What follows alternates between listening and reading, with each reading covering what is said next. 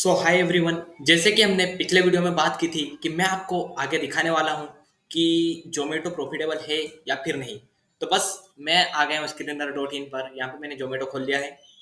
मैं जैसे पहले ही बताता हूँ कि आपको अबाउट में पढ़ लेना चाहिए ताकि आपको पता चल जाए कि कंपनी आखिर में क्या काम कर रही है। तो आपको वैसे जोमेटो का पता है, फिर भी मैं आपको बता देता हूँ कि जोमेटो के मेन तीन काम है। एक है फूड डिलीवरी का, जो कि आपको पता है। एक हाइपर प्योर है, जिसमें कि जो इसके वो है रेस्टोरेंट वाले जो पार्टनर, उनको ये डायरेक्टली वेजिटेबल्स, ग्रोसरी, बाकी आदि चीजें सप्लाई करती है। और तीसरी चीज, अभी अभी इन्होंने ब्लिंकिट को खरीदा है, तो ब्लिंकिट भी अब इनके अंदर आ गया। तो चलिए अब हम देखते हैं। तो अगर क्वार्टरली रिजल्ट की बात करें तो जून 20 से के टाइम पे कंपनी का रेवेन्यू 266 करोड़ होता था। वहीं अब जून 2023 में 2416 करोड़ हो गया है।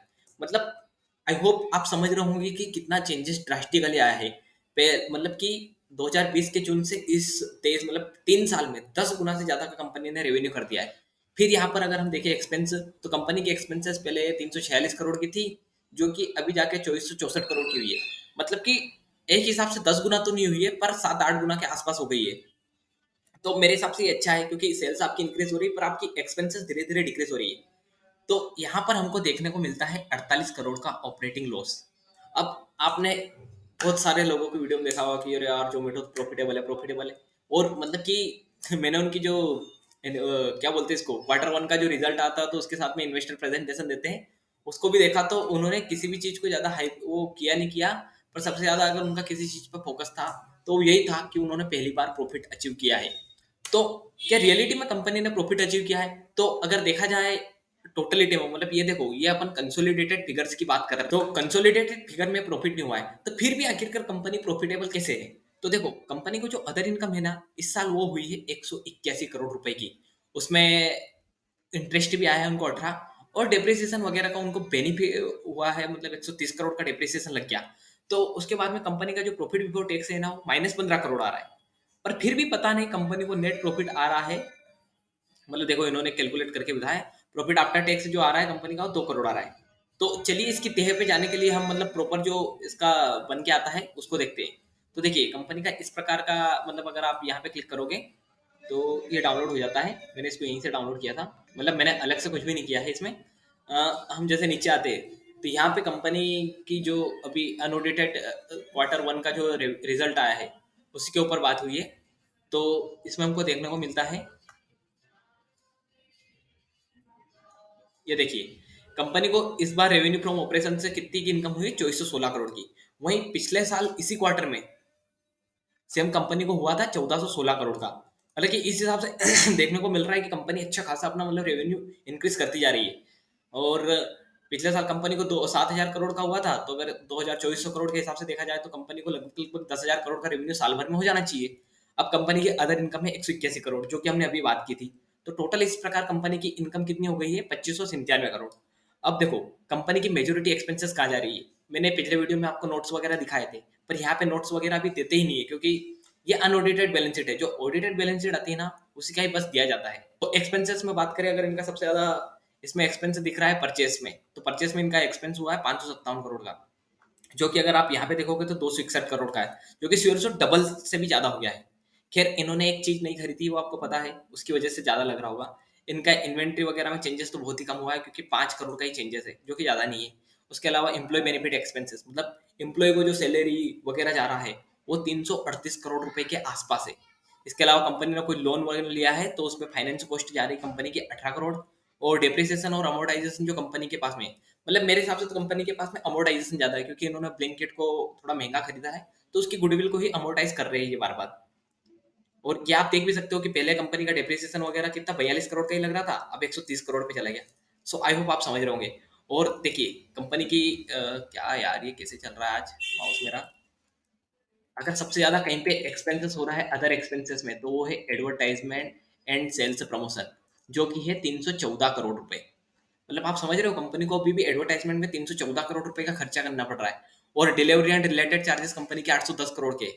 मतलब आप समझ रहे हो, यहाँ पे कंपनी जो इम्प्लॉय वगैरह को बेनिफिट दे रही है, मतलब जो टॉप मैनेजमेंट वगैरह बैठे हैं और जो बहुत ही कम, मतलब कॉन्ट्रैक्ट बेस्ड छोड़ के, मतलब ये डिलीवरी बॉय वगैरह की, तो यहाँ पे आ गई इनकम 810 करोड़ की।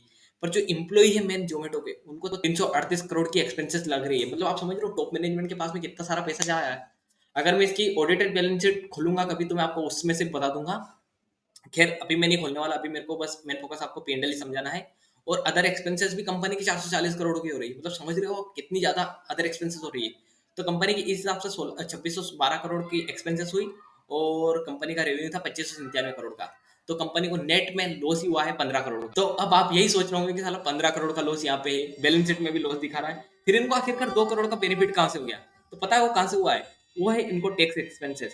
देखो, हर एक कंपनी जो प्रॉफिट कमाती है ना उसको टैक्स देना पड़ता है, और जो कंपनी प्रॉफिट नहीं कमाती है ना उसको टैक्स का बेनिफिट मिलता है। लाइक मतलब तुमने 100 करोड़ का लॉस किया, तो अगले साल जैसे मान लो तुमको 200 करोड़ का प्रॉफिट हुआ ना, तो ये जो 100 करोड़ का अमाउंट है ना, इसका आपको थोड़ा थोड़ा बेनिफिट मिलता है कि आप इस एक्सपेंस में से, जैसे 200 करोड़ का प्रॉफिट हुआ तो आप बोलेंगे साल साहब पिछले साल हमको लॉस भी तो हुआ था, उसको भी तो बेनिफिट दो।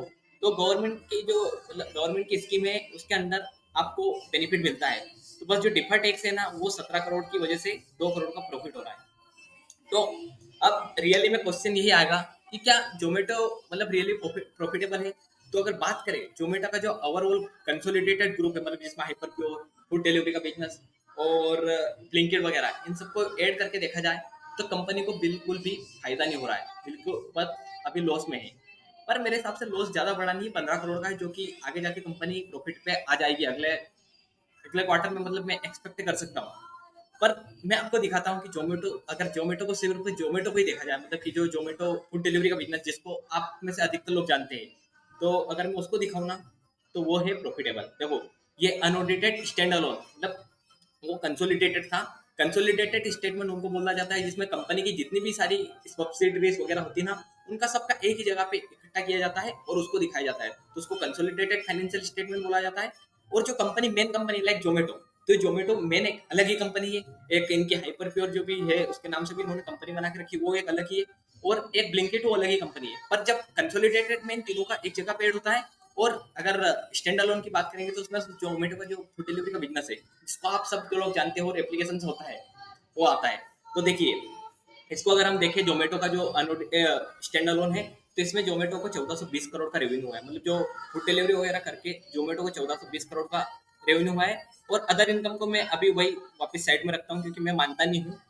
तो कंपनी को टोटल 1420 करोड़ का रेवेन्यू हुआ है।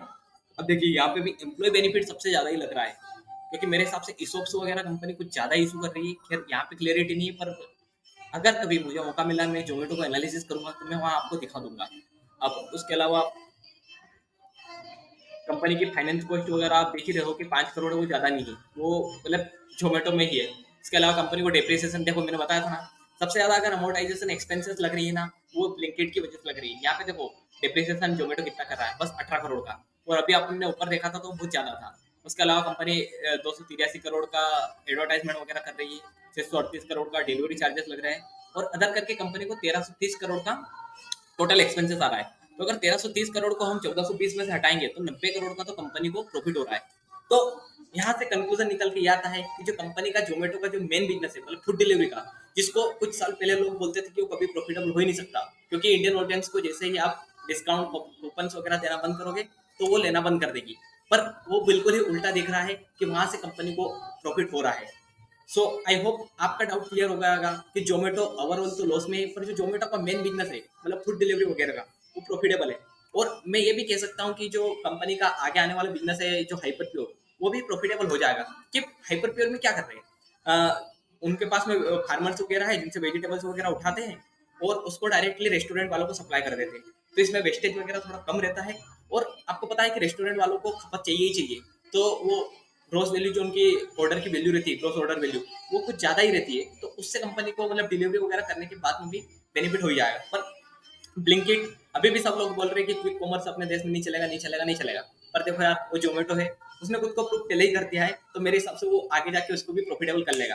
पर हाँ, अब आप इस वीडियो को देख के ये मत बताना कि यार कंपनी में इन्वेस्ट कर दो, क्योंकि मैं पहले ही डिस्क्लेमर दे रहा हूँ कि ये बस एजुकेशन पर्पज से बना रहा हूँ, और मेरी बिल्कुल भी होल्डिंग नहीं है जोमेटो में। अगर आप इन्वेस्ट कर रहे हो तो आपकी खुद की रिसर्च विवेक बुद्धि के आधार पर ही करना। तो गाइस, ये वीडियो यहीं पर एंड होता है। अगर आपको वीडियो पसंद आया तो वीडियो को लाइक करना, चैनल को सब्सक्राइब करना, और साथ ही कमेंट कर सकते हो कि इस प्रकार का एनालिसिस मैं और किस कंपनी का करूं जो कि आपको लगता है। और आगे फिर मैं अभी तो मन है कि मैं बैंक का अगर वीडियो बैंक का P&L स्टेटमेंट आपको समझा के बताऊं, उसके बाद में बैलेंस शीट वगैरह के ऊपर वीडियो बनाएंगे। सो गाइस बाय बाय, मिलते हैं किसी नए वीडियो में।